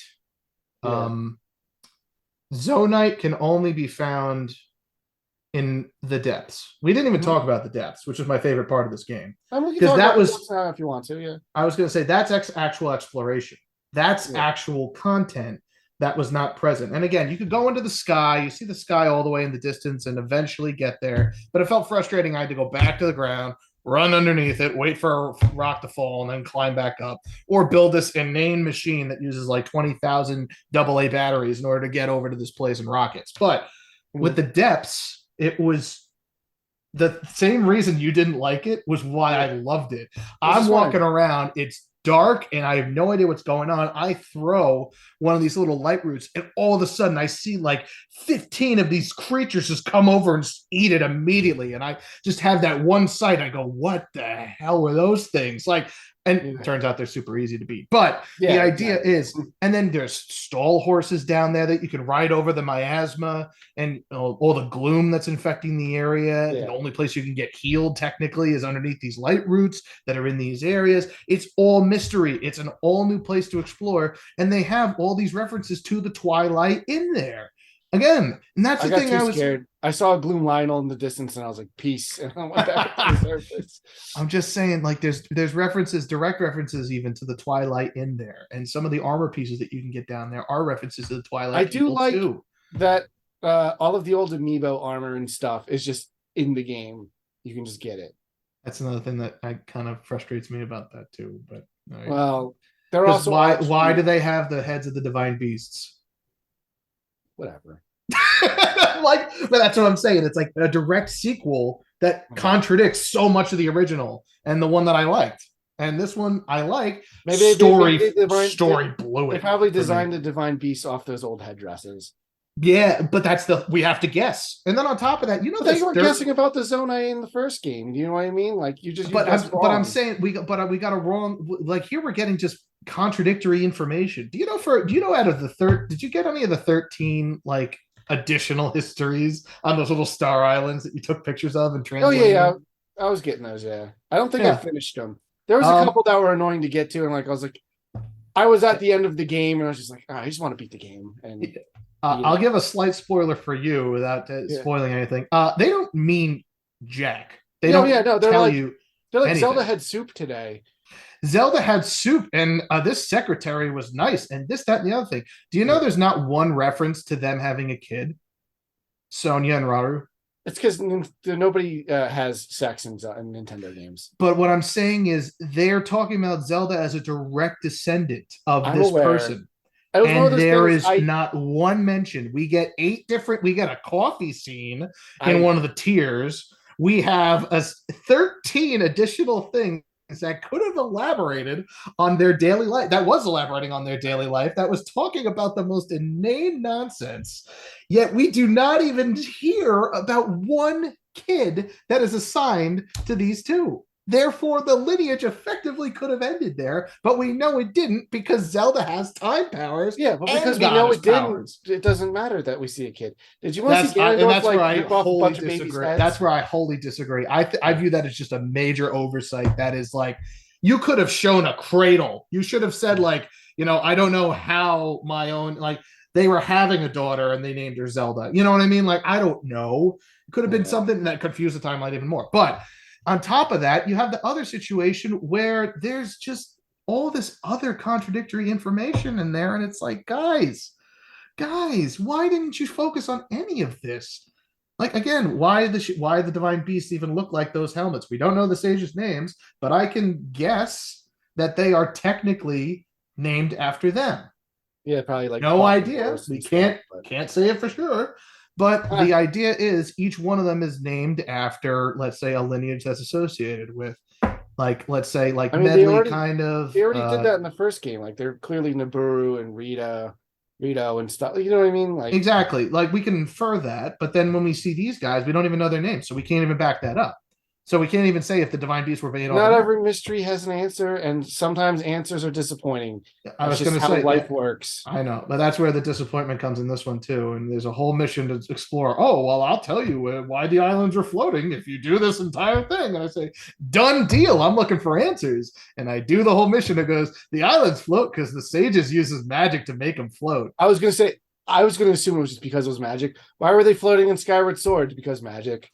That was different because there's the goddess's magic, and the Because goddess is gods still exist and clearly they there. just do things. Yeah, but these are even sages. And then it's like, oh, MacGuffin number, here's our tier.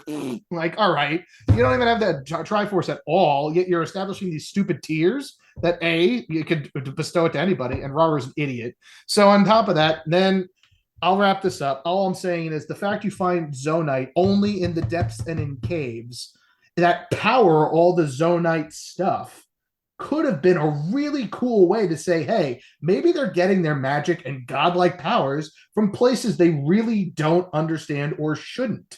Maybe there's a twist in this. I'm not a huge fan of twist villains, but blindly trusting this guy immediately and not having any other ulterior motive, it's like, well, okay, I trust him, but just be like it just feels like that was such a waste of potential. Imagine you're using all these powers and fighting with this hand, all of a sudden it goes against your wishes now. You know what I mean? Like you can't use your powers, but you got all these friends along the way that are able to stop that from happening. I'm just saying. I mean, that would have been. I'm not gonna say that wouldn't have been cool. I'm just saying, at the end of the day, it's a Nintendo game. I They're can't not accept that. That's the problem. storytellers. I just can't accept that. I need to hold somebody to account for that because that most of this Oh, you just can seems hold them like to account for that. They give you lame stories, but like, has there ever been another story in a Star Fox game I like besides the the salt. dinosaur one? I like the salt. Do you know? But you know what I mean? Like, but they keep just rebooting.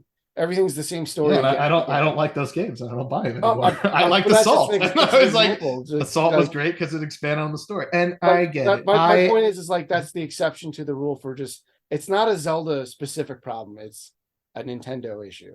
It depends because Xenoblade's good like that, and that's So that's. But I'm talking first party Nintendo issue. yeah. But I'm saying like even in their most recent Pokemon, the story is actually better than this, and I'm like, how did Pokemon outdo you guys? Really? I mean, Scarlet and the Violet. last Pokemon game I played was Sword, and I hated it. Yeah, I skipped Sword and Shield. I was like, Yeah, I saw all the stuff so that they took away, and I'm like, nope. But this one, they brought a lot of it back. I'm like, all right, I'll give it a shot. I liked it, the but new one, it doesn't look like it's enough to bring me back into the fold. again, But that's I a was different conversation. I was gonna say I was also a major fan of Legends Arceus and talk about collectathons and Pokemon. That Yeah. was my crack, and I That's literally true. could not get out. I did enjoy Arceus. So, and that being said, I'm sorry, I'm getting off topic. We're way off topic. All I'm saying is the Zonite could have had, or the Zonai could have had maybe a more narrative focus on why some of the stuff was happening. However, the crux of the issue stems back to Ganondorf himself. And this is where you, I think, got the most glee out of hearing my Yeah. absolute unhinged rants about how much I think they wasted this character. Either glee Yeah. or you just put up with it for the sake of it. If Well, you would so all right, so one of our other players in our D&D game loves Matt Mercer and Mhm. like was super excited that he's Ganondorf, and like I don't think this is his fault. I think it's the direction he was given, but like he's terrible in this game. Well, look what he was given to work with. That's what I'm saying. I think it's more he was The given to best work lines with he also. had, the best lines he had Yeah. were the lines in the trailer. That was it. Yeah. And then on top of that, oh, again, Ganondorf is evil, guys. Didn't think you would need to be told that after almost 40 years or 30, at least 30 You know years at what? I this think point. that your only expectation is that they would have more for him is because Wind Waker handled him well. Yeah, One game from like a million years yeah, ago. but like that should have been like a good precedent to be like, hey, you're focusing on His story story, is and still that's the same that he had in Twilight Princess and Ocarina of Time.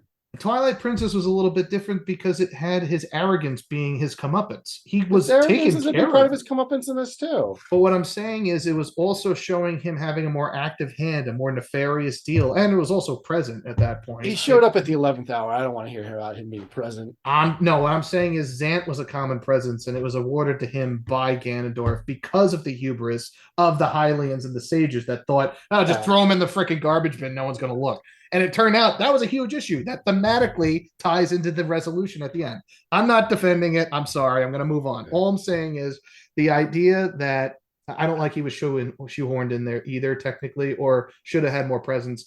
But in this case, I feel like you could have actually elaborated on the situation that Ganondorf was put into at this point. The fact that he's just a power hungry warlord from the desert is his main character trait for the last 20 plus 30 years. It's like Yeah. one of these things where it's like there's been no nuance. So if you're going to use the same map, then and it's like, oh, we add a new gameplay mechanics. It's like, I thought you would have handled the story better. You would have made a more interesting story. There's tons of ways that Ganondorf could have been a better, like, not even a protagonist. And then you also have the mural on the wall. Yeah. Like, you have that mural on the wall, that whole Calamity Ganon situation. That I whole. think So, again, this goes back into the story versus gameplay elements. So with Breath of the Wild, and obviously that continues in this game, the open sky thing, where like it's the age old Zelda conundrum that fans seem to have. Do you prefer linearity? Do you prefer open space, like linear versus non? And I think with they went established a non-linearity in the first one. They obviously wanted to continue that in this one. And like I don't think you can expect a very compelling story in a non-linear scenario like this. I'm not saying it can't be done or that they couldn't have done it. I think that just was not their priority. yeah, it's disappointing. So, I You can be disappointed that's. in that. I don't think that was a priority for them. No, yeah, I would have I'm giving my rants appreciated about that if it this. was a priority for them, because I also would have liked it. I would have. I mean, I've seen so many better fan iterations of this. And again, like even tracing back to the mural, the whole idea that you see a hero clad in red or red hair that is fighting Calamity Ganon along with the descendant of Hylia, who looks on all intents like a Hylian, gold blonde hair, and it's like shooting Calamity Ganon. And that's it. We don't hear anything about it. We don't hear anything more about the hero, but it's odd that it's not Link. You know what I mean? Like that mystery. I never got And the opinion that you it get the wasn't like answer. You get the Link. answer to that if you get all the shrines, but it's really disappointing. Oh, And I didn't know if you got anything for getting all the shrines. sorry, no spoiler. I You didn't get get it. all the shrines. I was saying you get something that Yeah. is immensely disappointing, and it's not even worth it. Because it's I just it's a was really bad yeah. outfit too. In the I'm gonna first come out game, right and I say was it. glad and disappointed in what you got. It was cool Yes. that you got like the classic Zelda like Link tunic, but Mm, I didn't like that you got it after getting all the shrines. It's the same problem with like getting the master cycle. Like it's a really cool end game reward, like it's something you like earned. But then it's like unless you do a new game plus, it's like, well, I've already explored the whole world. Like I don't get a lot of just riding around on a motorcycle now. could do sick jumps though, you know. I mean, you can do six And you skateboard can flips also and all kinds of stuff in stutter this the game too. game that fails to keep up with the rendering. Yeah. Do you know what I mean? Like sometimes like having that stuff's cool at the end, but like, Mhm. oh, I would love a new game plus where like I can take all the stuff I have, start the Yeah, game over, and then I can play the whole game as like a classic looking Link. Because as yeah. it is, like I beat both of these games more or less, Hmm. and just like the original like Hylian three-piece like outfit, and I dyed it green. Hmm. And like, Yeah. I don't know, that's cool for me, but like Yeah, I mean that's about it. I mean that's what you can do. The champion's tunic is still the thing I usually wear. Like I wear the diamond headband for the yeah. attack up, and then the champion's tunic for sheer armor, and then knight leggings that have the highest defense for any I did get pants. like the knight armor like upgraded in the first game. I dyed it green, and that's when I didn't really wear it until like I was like, all right, I'm storming the castle at the end of the game. Yeah, But like but that's like a little story beat I made from I don't know. It's the things you do. There's like I said it during the Breath of the Wild, and there's a lot more of that in this. Like one of the mm, first things I did as I was riding a horse to like a shrine or whatever, and I saw like some people being attacked by bokoblins, and I rolled up and I like attacked him and I saved him, and they gave me a little reward for doing it. I was like, I felt like a hero. I'm yeah, like, oh, that's awesome. And yeah, like it's because I did it myself. So like I think that's more where these kinds of things shine in terms of their like the way that yeah, the direction they're telling the story yeah. rather than the plot, you know? Mm, I disagree on the sense, strictly because Breath of the Wild, it was all about memories, and that was where like big plot points started coming in. Again, you could literally go and some amnesiac But what are the mega plot warrior points? It's like, that oh, is I had literally that friends 100 years ago, and they're I all was gonna dead. say I was gonna say this atrophied mega warrior with amnesia just Yeah, basically is on a crusade to go to a castle and save somebody because a ghost told him to. It's when you write that down on paper, it's like that's crazy. But well, the as you ghost told you to explore, do it in the first game too. no, that's what I'm Oh, sorry, saying. that In is what you're talking for about. I thought Breath you of were the talking about Wild, Wario just so being a ghost telling you to do yeah, something. and so like I was just poorly summarizing Breath of the Wild there, but Yeah, the point being that there's more things you can do, and yeah, the more that you do, the more you explore, the more you see the actual images and follow the people, you get more scenes unlocked. You see the characters unfolding as you knew them, and realize ultimately what has been lost. And that starts progressing. And I think there's really only just like one that is kind of revealing, I would yeah, say. And I guess in that similar vein, it's here. But the final memory is only triggered after you get all the other memories, which yeah, shows Link dying and what Zelda did to not only save the Master Sword, but also Hyrule at this point. So yeah, it's like that shows what she did. And like, I think the one before it technically shows like the world going to shit. There's no resolution though. yeah. In this one, the most hilarious tears that I found, I was exploring in North Hebra, and the second and what I think the third geoglyph, because I deliberately sought them out. The third Right. geoglyph I found was Ganondorf becoming like I just saw Queen Sonia dead on the ground and Ganondorf becoming the ultimate demon lord and cackling maniacally, talking about Rauru, who forgot the most important rule about keeping your friends close and your enemies closer, is that you disarm your enemies and make sure you can kill them if they step out of line. That being Yeah, said, he turns in the demon lord. They're like, "Oh my god, it's terrible! What are we gonna do?" And then I got the next cutscene, which is on the next mountain range to the right, which was the Master Sword one, which said, "Gee, it sure is good that we defeated that Ganondorf yeah, guy." I It's know. like, God damn it! I was like, you gotta be kidding me. No, the Master Sword one's the worst one. I mean, it's the most revealing, and that's Yeah, when that's when I spoke to you, and yeah. I was irate And I knew because exactly what you had just I seen. I Yeah, thank you for not technically spoiling that, but I was basically saying because I remember the first game, there were only three dragons. Suddenly there's a fourth, I and didn't I even was realize that like, that was a new "Huh, dragon because you're like this one's a you're golden like I wonder if that dragon." dragon we saw at the very beginning of the game. Something was like Oh, I thought that was just like Feyrash or whatever. Yeah. And I was like, no, it's definitely a golden dragon. And I'm like, it's Yeah. weird. And then all of a sudden I'm like, son of I knew it that I had a feeling at that point. I'm like, they wouldn't do that, right? They did. And Mhm. they again, the existential terror of living as a mindless flying lizard through like the rest of eternity for like 10,000 plus years, because Yeah. Ashika technology was developed 10,000 years ago. This also was 10,000 years ago. So there was like maybe a few decade gap I think it's between. just one of those things where just like it's so long in the past, it doesn't matter what number you put on it. Yeah, that's it. But you know, no definitive answers, Because human, despite just all our these histories being written and well, like our real in world game. history doesn't stretch back 10,000 years. That's what I'm saying. We were developing agriculture 10,000 years ago. Yeah. So I'm like, like, okay, if you have a, Whatever. so that's They're magic again, elf people. It I doesn't. know, but I would Yeah. like some cohesion with some of the stuff. And like I said, not even with the greater timeline stuff. I'm Yeah. over that. Yeah.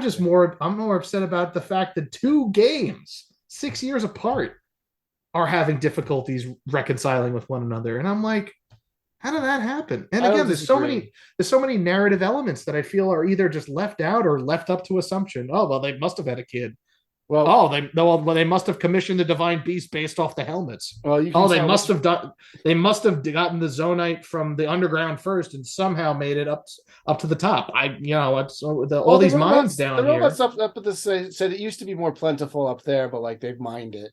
Yeah, and they have all the mines in the actual abyss or the depths. Yeah. I keep calling it the abyss, Yeah. but they Well, I was have gonna say, I they would have. have the mines in the depths. But Yeah. again, it's like one of these things where it's like it's also spiritually linked, technically. Like you know what I mean? Because Minoru is the spirit, and she's Yeah. got that green energy flowing through the construct, and all these other constructs have green energy flowing through it. And when her spirit ascends, then the construct doesn't have green energy and it dies. Are Yeah. all of these spirits that are in these constructs Maybe. and the pose that are surrounding them are also lost spirits? The shadow people holding the swords are against all these other areas. Yeah. Maybe. All and the giant statues with all the bargaining like people down there, all left untouched. No payoff at all. If you found it, that's it. I mean, I don't see a difference between that and then finding mysterious ruins in the first game.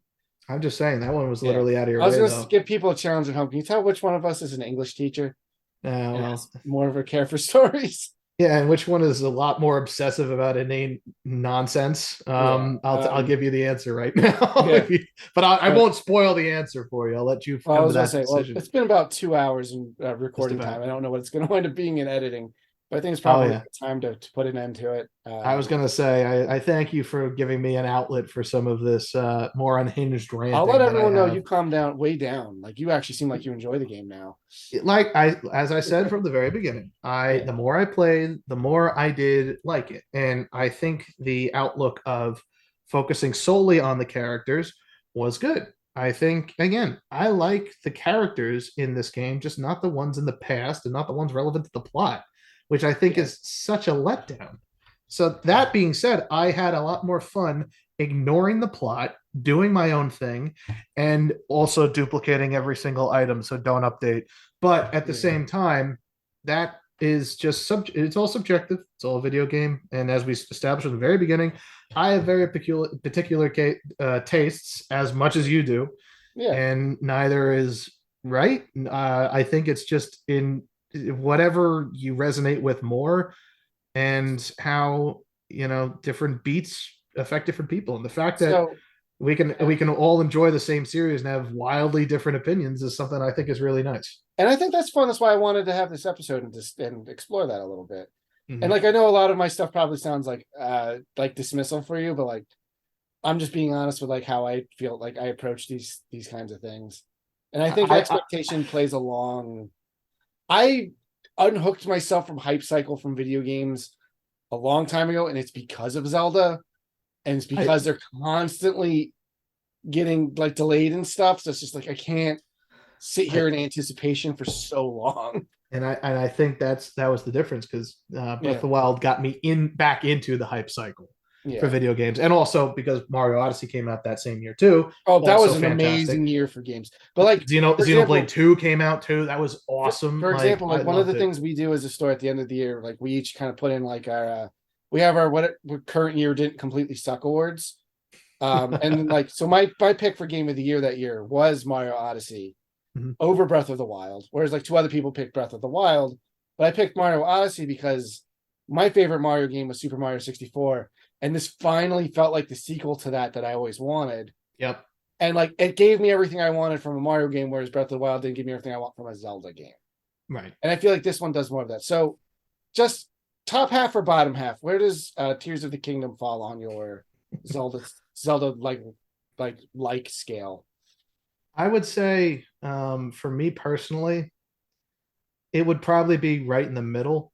Middle Or at feels least good. I would say maybe upper middle. So I would put it probably, well, definitely below Wind Waker. I just top half or bottom half. I'd say just at the cusp of top half, Yeah. but that's also just kind of like legacy out of like doing Yeah. more Breath of the Wild Part and enjoying the aspects. And I think the depths, honestly, for the sheer exploration factor, boosted this a lot.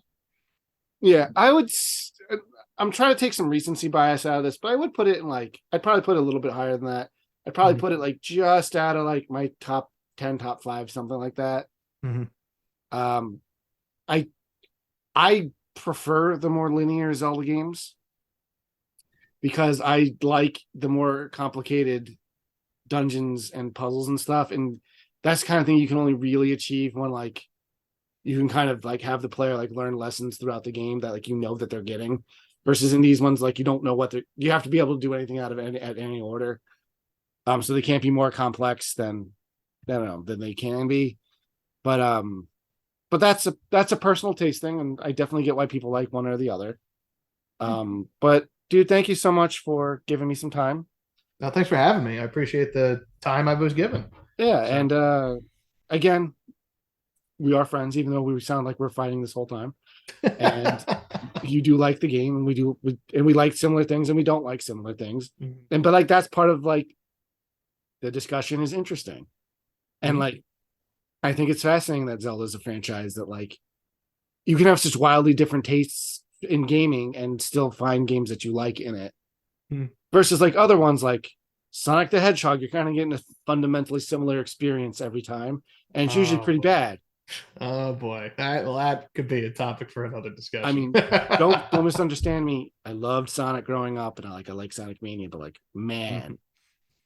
I don't think there's been a really good 3D Sonic game ever. And I played a lot of Sonic Adventure 2 as a kid, Mhm. but that's a different conversation. But It might be. Well, maybe I'll come back on for one of those. But I would say, if you have anything you want to talk about, at least related to let's say nerd related literature, comics, video games, I'm down to I talk. will So, definitely be doing more stuff. I haven't done a tabletop RPG episode in a while, and I know we could get into some stuff on that. oh boy. All right. Because you've made some pretty fun characters in our main game.